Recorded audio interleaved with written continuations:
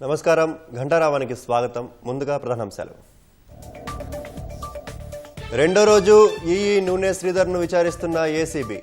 నీటిపారుదల ఉన్నతాధికారులకు బినామీగా ఉన్నట్లు గుర్తింపు.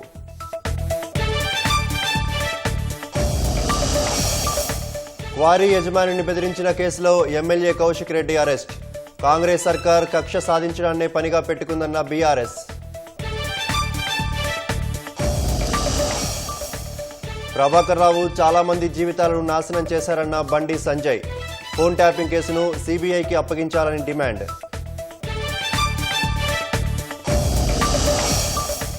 Yoga for one earth one health నినాదంతో యోగా డే. ఆసనాలతో కొత్త పుంతలు తొక్కిన విశాఖ సాగర తీరం.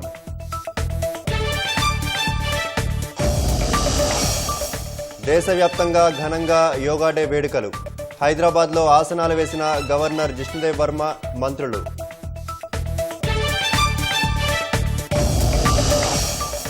అమెరికాను ప్రసన్నం చేసుకునేందుకు పాకిస్తాన్ ప్రయత్నం.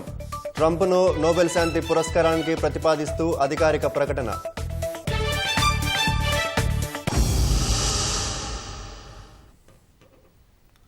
ఆదాయానికి మించిన ఆస్తుల కేసులో నీటిపారుదల ఎగ్జిక్యూటివ్ ఇంజనీర్ నూనె శ్రీధర్ రెండో రోజు కస్టడీలో తీసుకుని విచారిస్తున్నారు. మరింత సమాచారం మా ప్రతినిధి రమేష్ ప్రత్యక్ష ప్రసారం ద్వారా అందిస్తారు.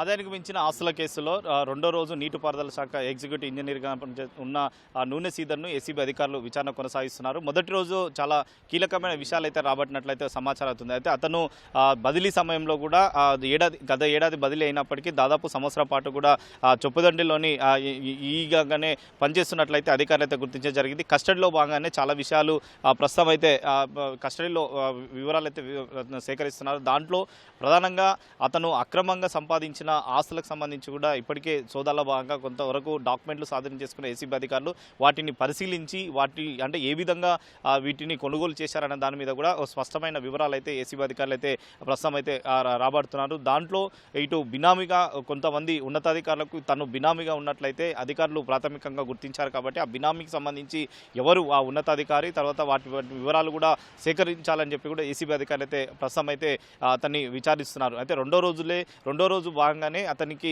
చాలా వరకు అతను బ్యాంక్ అకౌంట్లో కానీ, తర్వాత నగరంతో పాటు తర్వాత వివిధ జిల్లాల్లో కూడా విలాసమైన విల్లాలతో పాటు ఫ్లాట్లు, తర్వాత అగ్రికల్చర్ ల్యాండ్ ఉంది. కాబట్టి వాటిని ఏ విధంగా అక్రమంగా సంపాదించారు అనే దాని మీద కూడా ఒక స్పష్టంగా వివరాలు అయితే ఏసీబీ అధికారులు అయితే రాబట్టే అవకాశం ఉంది. ఎందుకంటే అతను ఉద్యోగం చేరినప్పటి నుంచి ఇప్పటివరకు దాదాపు అతని వచ్చిన జీతానికి సంబంధించి కానీ, అతని కుటుంబంలో ఇతర మార్గాల్లో వచ్చిన దాన్ని చూసుకున్నట్లయితే కేవలం 2 కోట్లకు పైకి మాత్రమే ఉంటుంది. కానీ అతన్ని అధికారికంగా ఏసీబీ అధికారులు వెల్లించిన వివరాలు దాదాపు 7 కోట్లకు పైగా వారికి వచ్చినట్లయితే అధికారులు గుర్తించడం జరిగింది. కానీ 5 కోట్లు ఏ విధంగా అక్రమంగా సంపాదించారు దాని మీద కూడా పూర్తి స్థాయిలో అధికారులు వివరాలు అయితే రాబడుతున్నారు. అంటే అక్రమంగా వచ్చిన నగదు ఆధారంగానే భారీగా ఆస్తులు కూడబెట్టారు. అది బహిరంగ మార్కెట్లో వందలాది కోట్ల రూపాయల వరకు ఉంటుందని చెప్పి కూడా ఏసీబీ అధికారులు అయితే అంచనా వేస్తున్నారు. దీని వెనక కేవలం అతను అక్రమ సంపాదనతో ఉందా లేదా ఇతనికి సంబంధించి కూడా ఉన్నతాధికారుల ప్రమేయం ఏమైనా ఉందన్న దాని మీద కూడా ఒక స్పష్టమైన వివరాలు రాబట్టాలని చెప్పి కూడా ఏసీబీ అధికారులు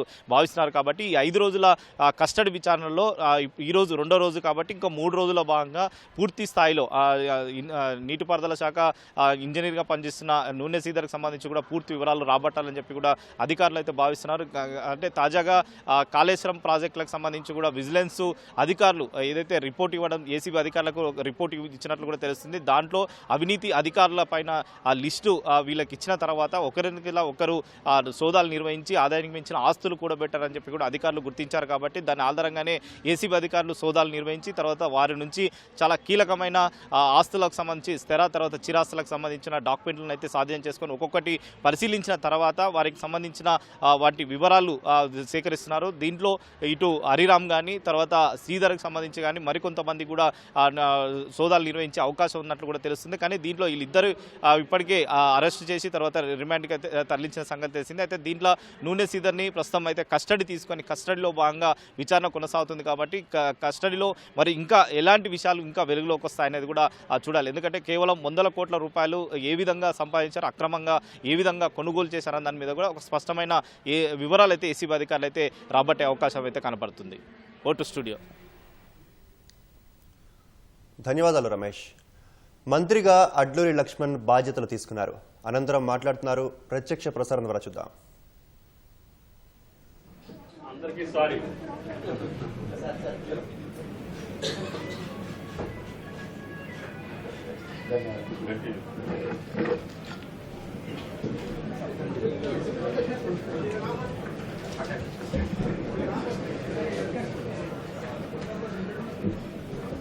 ఏదైతే ఇన్కంప్లీట్ గా ఉన్నటువంటి గురుకుల ఎస్టీ గురుకులకు సంబంధించినటువంటి స్కూల్స్ సుమారు 60 కోట్ల రూపాయలకు సంబంధించినటువంటి నిన్ననే మౌలికమైన ఆదేశాలు గౌరవ ఫైనాన్స్ మినిస్టర్ ఇవ్వడం జరిగింది.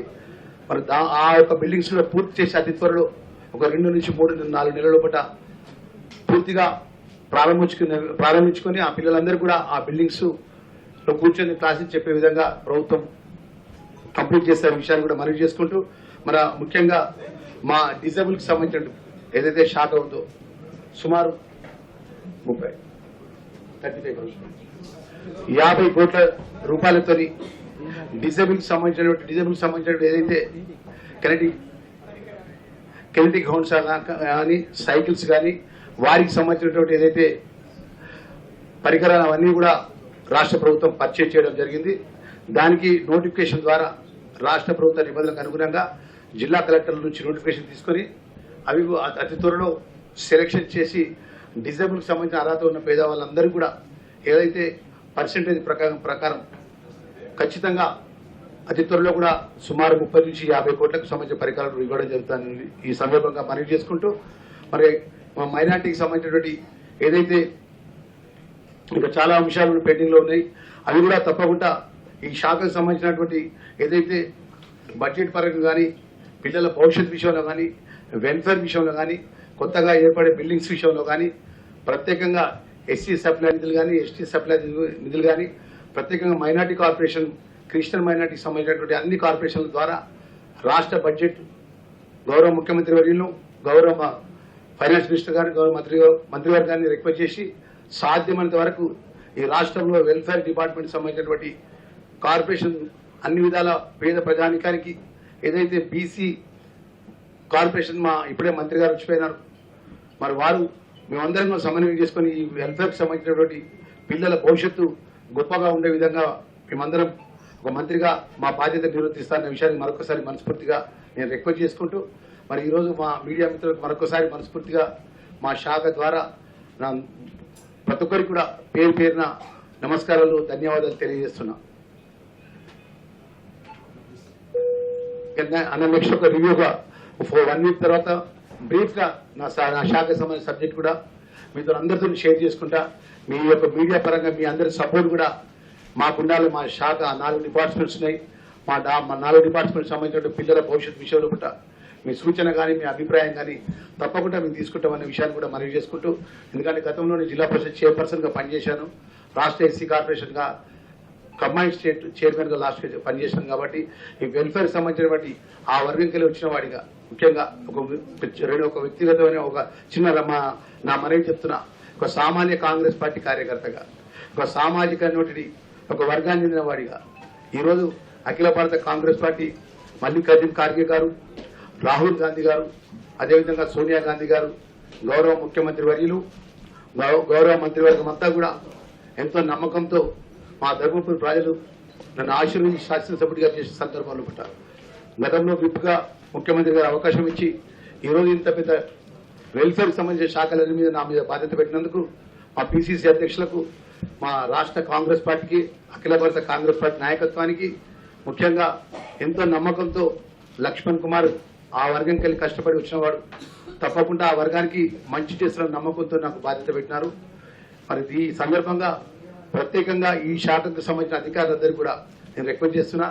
ఈ శాఖకు సంబంధించినటువంటి మైనార్టీ కార్పొరేషన్ చైర్మన్ కానీ, మా డిజబుల్ కార్పొరేషన్ చైర్మన్ కానీ, అదేవిధంగా మా క్రిస్టియన్ మైనార్టీ సంబంధించిన చైర్మన్ కానీ మీరందరూ సమన్వయం చేసుకొని ఎక్కడైతే పేద పిల్లలకు కానీ పిల్లలకు ఉన్న ఇబ్బందులు ఒకటి ఈ రాష్ట్రంలో ఎక్కడ కూడా ఉన్నటువంటి మౌలికమైన సదుపాయాల విషయం పిల్లల కష్టాలున్న విషయంలో కానీ డైట్కి సంబంధించిన విషయంలో కానీ ప్రత్యేకమైనటువంటి శ్రద్ధ పెట్టి ఎక్కడ కూడా పిల్లలకు ఎలాంటి ఇబ్బంది జరగకుండా ఈ రాష్ట్రంలో దేశంలో కూడా గురుకుల పాఠశాల చదువుకునే పిల్లలందరూ కూడా మంచి భవిష్యత్తు ఉండే విధంగా ప్రభుత్వం తరఫున మా బాధ్యత నిర్వర్తిస్తారన్న విషయాన్ని మరొకసారి మనవి చేసుకుంటూ ఇంత పెద్ద అవకాశం ఇచ్చినటువంటి మా ఏదైతే యావత్తు అఖిల భారత కాంగ్రెస్ రాష్ట్ర కాంగ్రెస్ ప్రభుత్వానికి ముఖ్యమంత్రి వర్యులకు మంత్రివర్గానికి మరొకసారి మనస్ఫూర్తిగా ధన్యవాదాలు తెలియజేసుకుంటున్నా.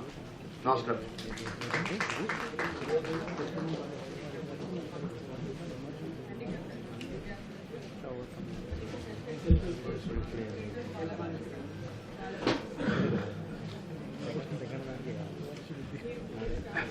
ఈరోజు మొదటిసారి నేను ఛార్జ్ తీసుకున్నటువంటి సందర్భంలో ఈ శాఖ మంత్రిగా ఏదైతే డాక్టర్ బిఆర్ అంబేద్కర్ గారి యొక్క ఓఆర్సీసీ 200 నుంచి 500 స్టూడెంట్స్ ను విదేశాలు పంపించడం కోసం సుమారు 300 మందిని ఈరోజు ఆ ప్రత్యేకంగా ఒక్కొక్కరికి 20 లక్షల చొప్పున ఫైనాన్స్ అప్రూవ్ తో సంతకం చేయడం జరిగింది. మొదటి ఫైల్ రెండో సంతకాన్ని మా ఏదైతే గిరిజన శాఖకు సంబంధించినటువంటి పెండింగ్ సుమారు 60 కోట్ల రూపాయలు కొత్త బిల్డింగ్ పూర్తి చేయడానికి బడ్జెట్ పరంగా మౌలికమైన ఆదేశాలు దృష్టిలో పెట్టుకుని ఆ సంబంధించిన ఫైల్ కూడా సంతకం చేయడం జరిగిన విషయాన్ని తెలియజేసుకుంటూ ఈరోజు మా డిజేబుల్కి సంబంధించి దివ్యాంగులకు సంబంధించినటువంటి మా సోదరులకు కూడా సుమారు 5 కోట్ల రూపాయలతో ఈరోజు ఆ ఫైల్కి సంబంధించినటువంటి ఉపాధి యూనిట్లకు 5 కోట్ల రూపాయల మంజూరుకు అదే 840 మంది దివ్యాంగులకు లబ్ధి పొందుటకు తెలంగాణ రాష్ట్రంలో మొట్టమొదటిసారిగా దివ్యాంగుల స్వయం సహాయక సంఘాలుగా ఏర్పాటు చేసి ఏదైతే గ్రామాల్లో కూడా మహిళా సంఘాలు ఏ విధంగా అయితే మనం ఏర్పాటు చేస్తామో ఆ విధంగా దివ్యాంగులకు సంబంధించినటువంటి మా సోదరులకు కూడా సంఘాలుగా ఏర్పాటు చేసి సెల్ఫ్గా వాళ్ళు ఓన్గా వాళ్ళ ఎంప్లాయ్మెంట్ వచ్చే విధంగా ప్రత్యేకంగా ప్రభుత్వం 3.55 కోట్ల రూపాయలు ఈరోజు మంజూరు చేసి నేను ఆ ఫైల్ మీద సంతకం చేసిన విషయాన్ని మా మీడియా మిత్రుల ద్వారా తెలంగాణ ప్రజానీకాన్ని తెలియజేసుకుంటూ దీనికి ప్రత్యేకంగా ముఖ్యమంత్రి వర్యులకు అదేవిధంగా ఫైనాన్స్ మినిస్టర్ గారికి మంత్రివర్గానికి మనస్ఫూర్తిగా నేను ధన్యవాదాలు తెలియజేసుకుంటున్నా. ఇక్కడ మా మీడియా మిత్రులందరూ కూడా ఈ రాష్ట్రంలో ఉన్నటువంటి భవిష్యత్తులో కూడా గొప్పగా చాలా గొప్పగా పిల్లల వెల్ఫేర్కి సంబంధించిన పిల్లలందరూ కూడా మంచి ఉన్నతమైన చదువుకునే విధంగా ప్రత్యేక శ్రద్ధ పెడతామన్న విషయాన్ని కూడా మనవి చేసుకుంటూ సెలవు తీసుకుంటున్నా. Thank you very much. Lunch చేసుకోవాలన్నా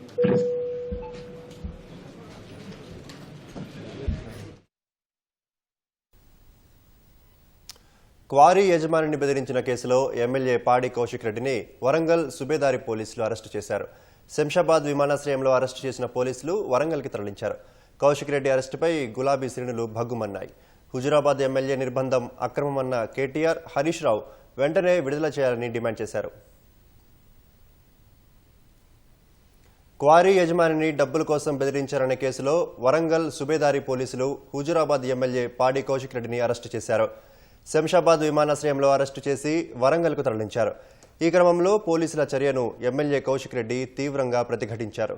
అక్రమ మైనింగ్ను ప్రశ్నించినందుకే తనపై కేసులు బనాయించారని పాడి విమర్శించారు. మైనింగ్ వెనుక ప్రభుత్వ పెద్దల హస్తం ఉందని ఆరోపించారు.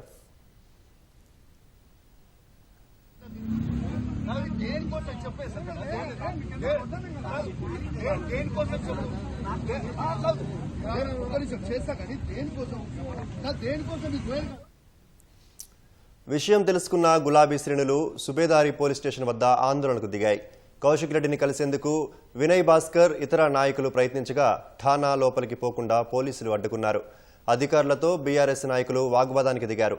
ఇరు వర్గాల మధ్య వాగ్వాదం చోటు చేసుకుంది. హామీల అమలుపై నిలదీసినందుకే అక్రమ అరెస్టులకు పాల్పడుతున్నారని గులాబీ నాయకులు స్పష్టం చేశారు.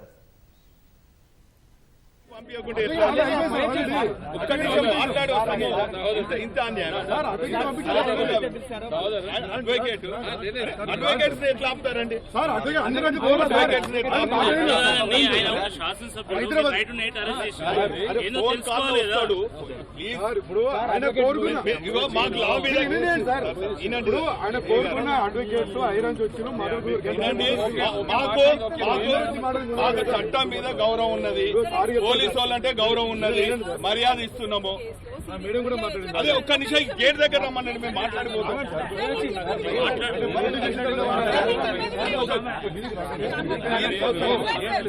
మీరు నా మీదకి వస్తున్నారు, మీరు నెట్టేస్తున్నారు మమ్మల్ని. ఇది క్రిమినల్, ఆయన క్రిమినలా? క్రిమినలా? క్రిమినలా? ఒక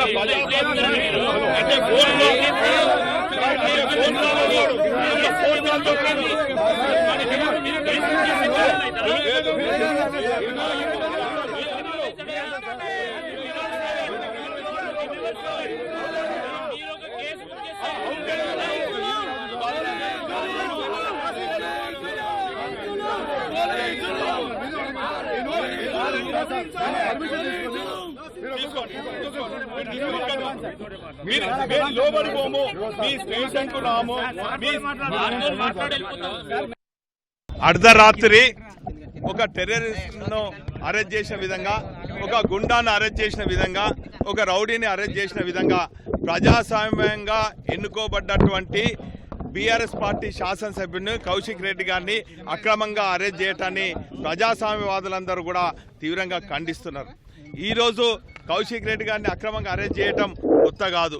కాంగ్రెస్ ప్రభుత్వం ఏర్పడిన నాటి నుండి కూడా వారిచ్చినటువంటి 420 హామీలు, 6 గ్యారెంటీలు అమలు చేయలేని నిస్సాయ స్థితిలో ఉన్నటువంటి ఈ రేవంత్ ప్రభుత్వం ఈరోజు ప్రజలు మరి ప్రశ్నిస్తున్నటువంటి, వారు ప్రవేశపెట్టదలుచుకున్న పథకాలు అమలు చేయాలని చెప్పి ప్రశ్నిస్తుంటే ఆ దృష్టిని మరలించడానికి ప్రపంచమే అబ్బురబోయే విధంగా నిర్మాణం చేసినటువంటి కాళేశ్వరం పైన ఎక్కడో ఏదో జరిగింది, కుంగిపోయింది, ఇరిగిపోయింది, కొట్టుకుపోయింది అని చెప్పి అక్రమ కేసు పెట్టి కేసీఆర్ గారిని 60 ఏళ్ళ తెలంగాణ ప్రజల కళలను నిజం చేసినటువంటి కేసీఆర్ గారిని కమిషన్ ముందట హాజరుపరిచే విధంగా చేయటం జరిగింది.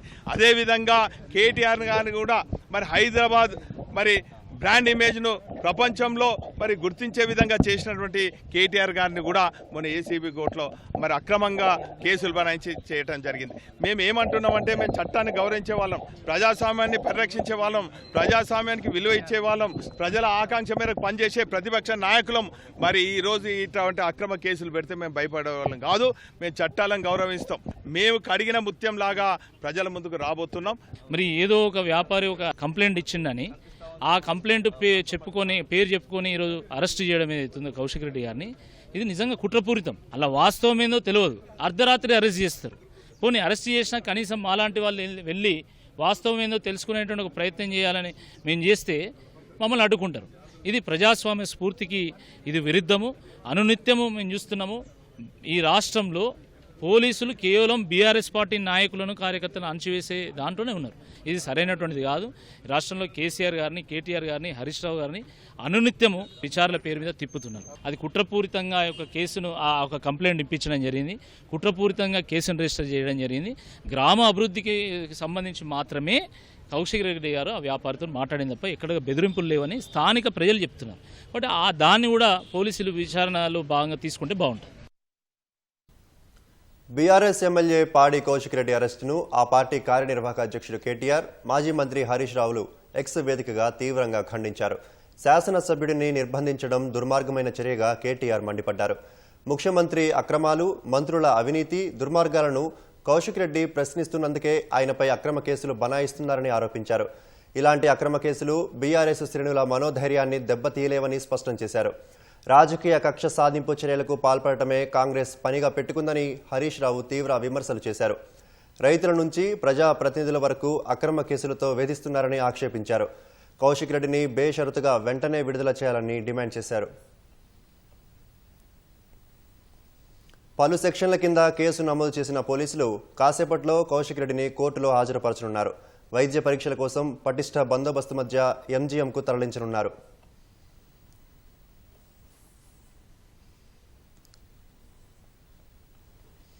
హైదరాబాద్ సిరిసిల్ల కేంద్రంగా ఫోన్ ట్యాపింగ్ జరిగిందని కేంద్ర మంత్రి బండి సంజయ్ ఆరోపించారు. ప్రభాకర్ రావు చాలా మంది జీవితాలు నాశనం చేశారని, కేసును సీబీఐకి అప్పగించాలని డిమాండ్ చేశారు. పెద్ద ఆయన చెబితే ట్యాపింగ్ చేశామని రాధాకిషన్ రావు చెప్పగా, కేసీఆర్, కేటీఆర్కు ఇంకా ఎందుకు నోటీసులు ఇవ్వడం లేదని బండి సంజయ్ ప్రశ్నించారు. అడ్వకేట్ వస్తే మీరు పంపించకుండా ఎట్లా? ఒక్క నిమిషం మాట్లాడి వస్తాను. ఇంత అన్యాయం ద్వారా సిరిసిల్ల కేంద్రంగా ఈ ఫోన్ ట్యాపింగ్ జరిగింది. సిరిసిల్ల కేంద్రంగా జరిగిందంటే ఎవరి అనుమతితో జరిగింది, ఎవరి కన్నుసరణలో జరిగిందో అందరికీ తెలుసు. మరి సిరిసిల్లనే ఎందుకు కేంద్రంగా ఎంచుకున్నారో కూడా తెలుసు అందరికి. కాబట్టి దీని మీద విచారణ జరపాలి. ఇవాళ ప్రభాకర్ రావు అనే వ్యక్తి అనేక కుటుంబాలను నాశనం చేశాడు. అనేక మంది మాలాంటి కార్యకర్తలు ఉసురు పోసుకున్నటువంటి మూర్ఖుడు ప్రభాకర్ రావు అంటాడు. ఈ ప్రభుత్వం రాచమర్యాదతో చేస్తున్నది. ఈ ప్రభుత్వం ఏర్పడిన తర్వాతనే ఆయన ఇక్కడి నుంచి వారిపోయాడు. అమెరికా ఎప్పుడు వారిపోయాడు? కాంగ్రెస్ పార్టీ ప్రభుత్వం ఏర్పడిన తర్వాత. ఇలా కూడా కోర్టుకు పోయాడు. కోర్టు నుంచి ఉత్తర్వులు తీసుకొచ్చాడు. రాచమర్యాదతో వేయాలని చెప్పి ఉత్తర్వులు తీసుకున్నాడు. కోర్టును గౌరవించాల్సిన బాధ్యత మనకు ఉంది కాబట్టి దానికి అనుగుణంగా తప్పించుకునే ప్రయత్నం చేస్తూ ఉన్నాడు. ఇవాళ ఇతర పార్టీ నాయకుల ఫోన్ ట్యాపింగ్ కాదు, బీఆర్ఎస్ పార్టీ నాయకుల ఫోన్ ట్యాపింగ్ కూడా చేసారు. భార్య భర్తలుంటే ఫోన్ వినడమే, కొడుకు తల్లింటే ఫోన్ వినడమే, జడ్జిల ఫోన్లు కూడా ఫోన్ ట్యాప్ చేశారు. జడ్జిలకు కూడా కాబట్టి జడ్జిలకు కూడా ఫోన్ ట్యాప్ చేసారు. కాబట్టి దీన్ని సిబిఐకి ఇవ్వాల్సిన బాధ్యత రాష్ట్ర ప్రభుత్వం మీద ఉంది. ఇదే ముఖ్యమంత్రి గారు ఎన్నికల సమయంలో అనేక సందర్భాల్లో సిబిఐ విచారణ జరపాలని ముఖ్యమంత్రి గారు కోరారు, రేవంత్ రెడ్డి గారు కోరారు.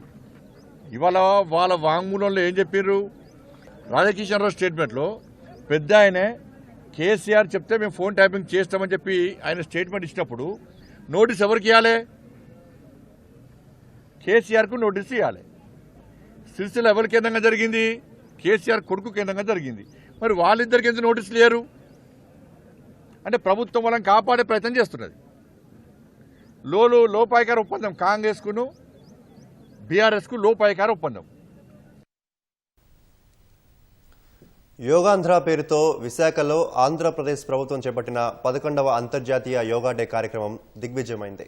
లక్షలాది మంది ప్రజలు తెల్లవారుజాము నుంచే స్వచ్ఛందంగా తరలివచ్చి యోగా డే వేడుకల్లో భాగస్వాములయ్యారు. కార్యక్రమానికి తిరుగులేని విజయాన్ని కట్టబెట్టారు. అందరి కృషి భాగస్వామ్యానికి బోనస్గా 2 గిన్నీస్ బుక్ ఆఫ్ వరల్డ్ రికార్డులు యోగాంధ్ర వశమయ్యాయి.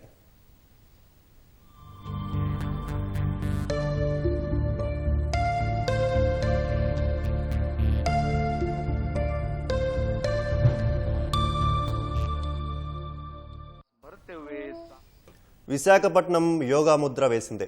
విశాల సాగర తీరం ఆసనాలతో కొత్త పుంతలు తొక్కింది. 11వ అంతర్జాతీయ యోగా డే కార్యక్రమానికి వేదికైన విశాఖ లక్షలాది మంది ప్రజల యోగా విన్యాసాలతో ధవల వర్ణ శోభను సంతరించుకుంది. యోగా భంగిమలతో పులకించింది.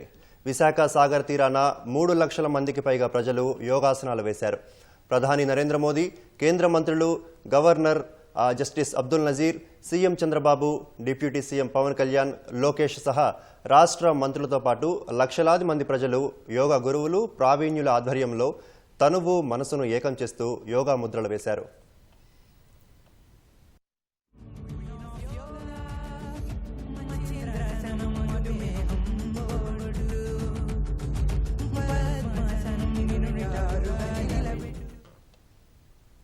అంతర్జాతీయ యోగా వేడుకలు ఘనంగా నిర్వహిస్తున్నారు. చిన్నారులు, యువత ఉత్సాహంగా యోగా డే కార్యక్రమంలో పాల్గొంటున్నారు. 11వ అంతర్జాతీయ యోగా దినోత్సవానికి ఈసారి విశాఖపట్నం వేదికగా నిలిచింది. యోగాంధ్ర కార్యక్రమంలో ముఖ్య అతిథిగా ప్రధానమంత్రి మోదీ పాల్గొన్నారు. ప్రపంచ శాంతికి యోగా ఓ మార్గమని ప్రధాని సూచించారు. ఉమ్మడి నిజామాబాద్ జిల్లాలో అంతర్జాతీయ యోగా దినోత్సవ వేడుకలు ఉత్సాహంగా సాగాయి. నిజామాబాద్లో పతంజలి ఆయుష్ శాఖ ఆధ్వర్యంలో నిర్వహించిన వేడుకల్లో CP Sai Chaitanya, urban MLA Suryanarayana Gupta పాల్గొని ఆసనాలు వేశారు. నాగర్ కర్నూలు జిల్లా కొల్లాపూర్లో 11వ అంతర్జాతీయ యోగా దినోత్సవం కార్యక్రమం నిర్వహించారు. మంత్రి జూపల్లి కృష్ణారావు ముఖ్య అతిథిగా పాల్గొన్నారు. యోగా మాస్టర్ అర్జున్ గౌడ్, విద్యార్థులు, ఉపాధ్యాయులు, ప్రజాప్రతినిధులు యోగాలో పాల్గొన్నారు. మెదక్ ఇందిరాగాంధీ స్టేడియంలో వైద్య ఆరోగ్య శాఖ ఆయుష్ విభాగం ఆధ్వర్యంలో నిర్వహించిన అంతర్జాతీయ యోగా వేడుకల్లో మెదక్ జిల్లా కలెక్టర్ రాహుల్ రాజ్, అదనపు కలెక్టర్ నగేష్ పాల్గొన్నారు.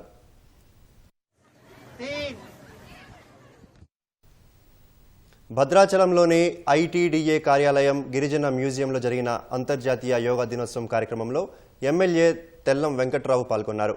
స్థానికులు, విద్యార్థులు, మహిళలతో కలిసి వారు యోగాసనాలు చేశారు. కరీంనగర్లోని డాక్టర్ బిఆర్ అంబేద్కర్ క్రీడా పాఠశాలలో అంతర్జాతీయ యోగా దినోత్సవం వేడుకలను ఘనంగా నిర్వహించారు. జిల్లా యువజన క్రీడా శాఖ జిల్లా యోగా అసోసియేషన్ ఆధ్వర్యంలో నిర్వహించిన యోగా అంతర్జాతీయ వేడుకల్లో క్రీడా పాఠశాల విద్యార్థులు పెద్ద ఎత్తున పాల్గొన్నారు. ఖిలా వరంగల్ కోటలో ఏర్పాటు చేసిన యోగా శిబిరంలో వరంగల్ జిల్లా కలెక్టర్ సత్యశారద ముఖ్య అతిథిగా హాజరయ్యారు.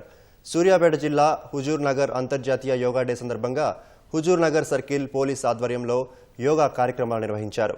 కోదాడ పట్టణంలోని కిట్స్ ఇంజనీరింగ్ కళాశాలలో 500 మంది విద్యార్థులతో కలిసి 11వ యోగా దినోత్సవ వేడుకలు ఘనంగా నిర్వహించారు.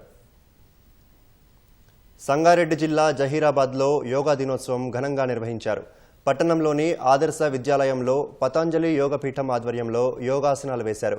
యోగా ప్రాముఖ్యతను యోగా గురువులు వివరిస్తూ దినచర్యలో భాగం చేసుకోవాలని పిలుపునిచ్చారు.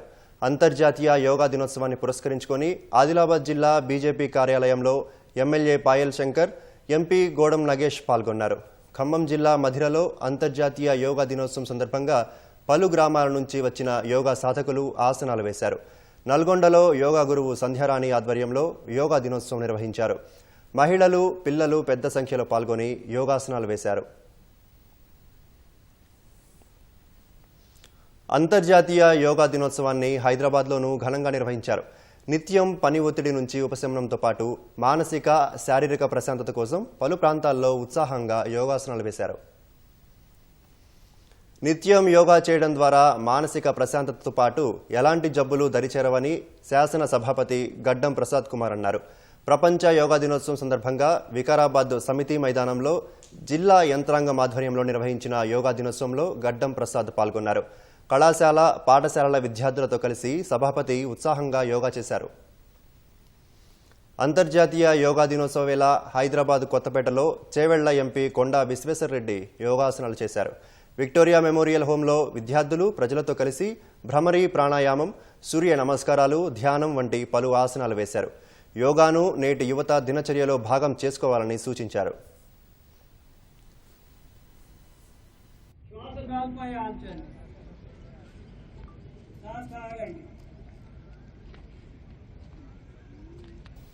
మైసమ్మగూడలోని మల్లారెడ్డి యూనివర్సిటీ ఆవరణలో మాజీ మంత్రి మల్లారెడ్డి విద్యార్థులతో కలిసి ఉత్సాహంగా యోగాసనాలు వేశారు. స్వచ్ఛ భారత్ అభియాన్ ఆధ్వర్యంలో జరిగిన కార్యక్రమంలో మల్కాజ్గిరి ఎంపీ ఈటల రాజేందర్ పాల్గొన్నారు. ఆధునిక సమాజంలో ఆరోగ్యం ప్రధానమని, ప్రతి ఒక్కరూ ఆరోగ్యంగా ఉండేందుకు యోగా ఉపయోగపడుతుందన్నారు. మసాబ్ ట్యాంక్ చాచా నెహ్రూ పార్కులో యోగా సంస్థాన ఆధ్వర్యంలో చిన్న పెద్ద ధ్యాన కార్యక్రమంలో పాల్గొన్నారు. కంటోన్మెంట్లో అటల్ బిహారీ వాజ్పేయి పార్కులో ధ్యానం, యోగాసనాలు వేశారు. బ్రీత్ ఇన్ చేసి హ్యాండ్స్ పైకి తీసుకెళ్ళండి. బ్రీత్ అవుట్ చేసి కిందకి, ఫింగర్స్ ఓపెన్ చేస్తూ